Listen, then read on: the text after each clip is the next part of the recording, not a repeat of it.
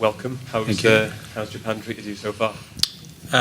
It's the welcome we've had so far in Kitakyushu has been fantastic. We had a great night last night in terms of sort of a welcome sort of ceremony, I suppose you would say, and it was brilliant. The weather's great, so we're really excited about being here and getting a good week's training under our belt and looking forward to that first game against Georgia. And Alun Wyn, how did the Welsh team's singing compare to the Japanese? Well, we were lined up to sing Gatland Alun as well, but we had a quick change to our itinerary because they sang it so well. But the welcome's been phenomenal, and in particular, the school children singing that was a highlight. So it's been great so far. Those lessons with Bryn Terfel coming in handy then? Yeah, we'd be nice to have him on hand to give us a few more, but it's hopefully we'll get better as we go along. Warren, if we could look at some of the fitness updates with Adam Beard with his appendicitis. What's the latest with him? Yeah, he's hoping to come out on Thursday, and probably not going to be available for selection for the Georgia game, but we're hopeful that and the medics are confident that he will be available for selection for the Australian game. And given that, what's the latest with Cory Hill as well? Yeah, again, he's the same. The confident that he's going to be back for selection for Australia as well. He was out of his boot and he was on the training pitch today, even though he wasn't doing running. And hopefully after that Georgia game, he'll be back in training and available for selection. And how's Rhys Patchell after leaving the field against Ireland? Yeah, he's gone through the HIA protocols. He was training this morning, just non-contact at this stage, and then we'll ease him back into contact work later in the week and making sure that we obviously go through the protocols to make sure that he's 100% and available for selection. And if I could ask about the news overnight from back home about Gareth Thomas, he's revealed that he's HIV positive. I was just wondering what the Wales squad's reaction was to an iconic figure in Welsh rugby. Yeah, I think look, to be honest with you, there hasn't been a lot of conversations about it because it's very fresh news to us at the stage, and I think it's always sad when an ex-professional sportsman picks up an illness of any kind, whoever it is. So our thoughts go out to him in terms of hoping that things are as good as they possibly can, and I'm sure that the players will, as they become aware of the news, and we'll probably talk about that as well. Thank you. Warren, it's quite noticeable walking around Kitakyushu, the extent to which the city seems to be behind Wales, the amount of posters and publicity about the Wales team. How much of a support is that for the squad to have that feeling of support behind you? I think it's it's absolutely fantastic, and they've embraced Wales in terms of a team and the culture, and even the dragon as well, in terms of having that on the fire engines in the local city. And I know that they wanted to be a host city for the World Cup. So, and in fairness to the union, and in particular Warren Jones and his team, they've been out here on a number of occasions and have run coaching sessions and tried to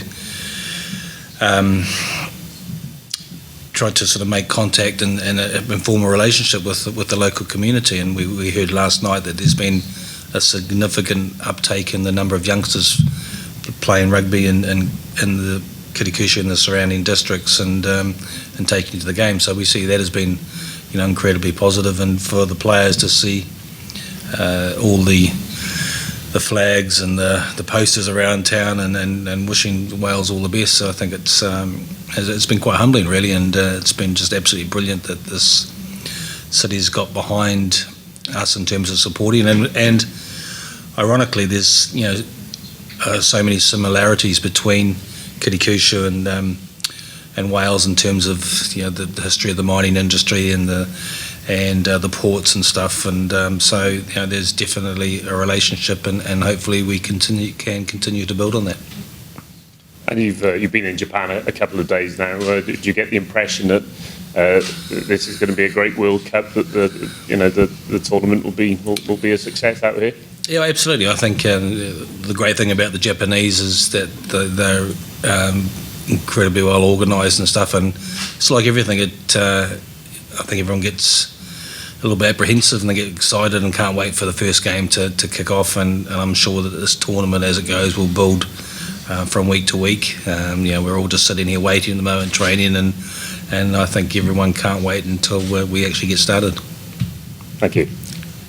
Rich, you pass the mic on to Alex for Well, Warren, now we're here, it seems sort of real that we're ready to go. Are you still as confident of success with Wales as you have been in the build-up?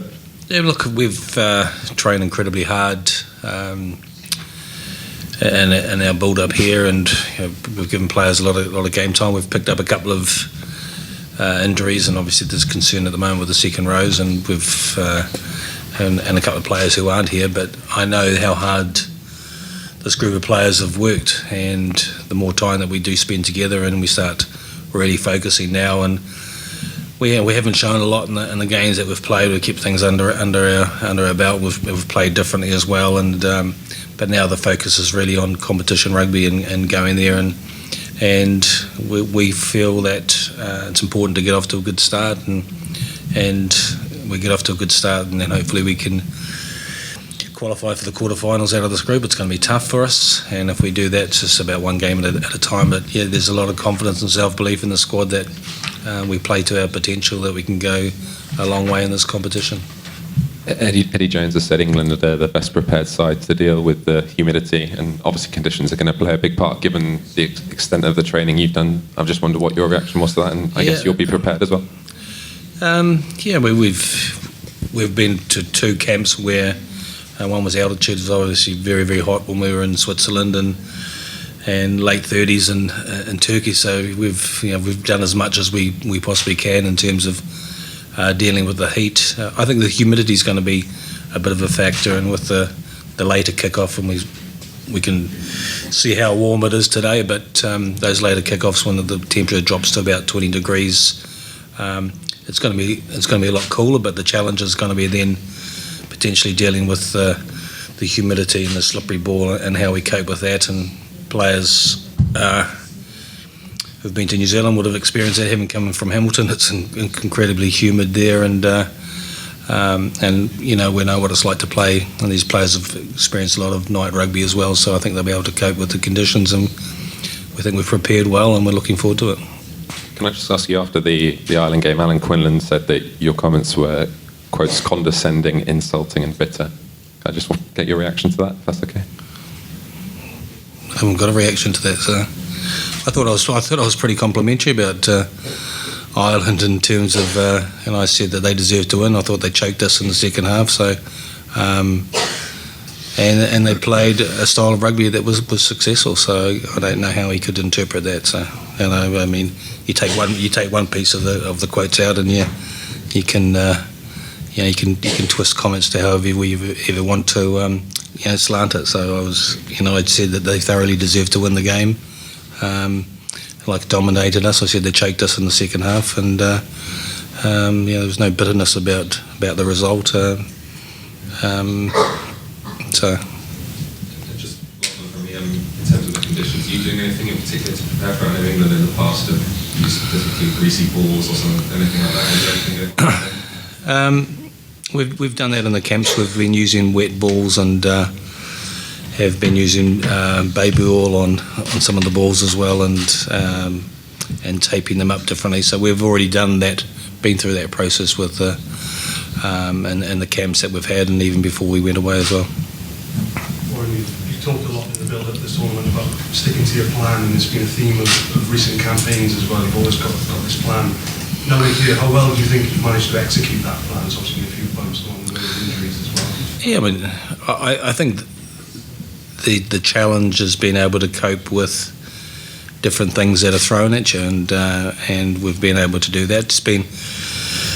It's been challenging for us, being able to cope. The week before the last game at Ireland, we had the announcement on the Sunday. Then we had a full press day with the players. Then we had a leaving dinner in the stadium with 700 people there. So those sorts of things have been there to test us, and we've been able to put that aside now and get out here and really focus on the hard work that we've put into it, and then the finer detail of the way that we're going to play. And like I said, we haven't shown a lot at the moment. We haven't, but we've been working on things as part of our game to, to sort of look at throwing it at Georgia and particularly the second game in this tournament as well.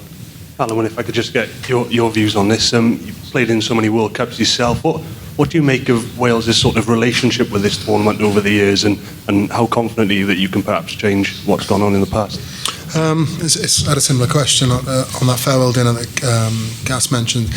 I've done 3,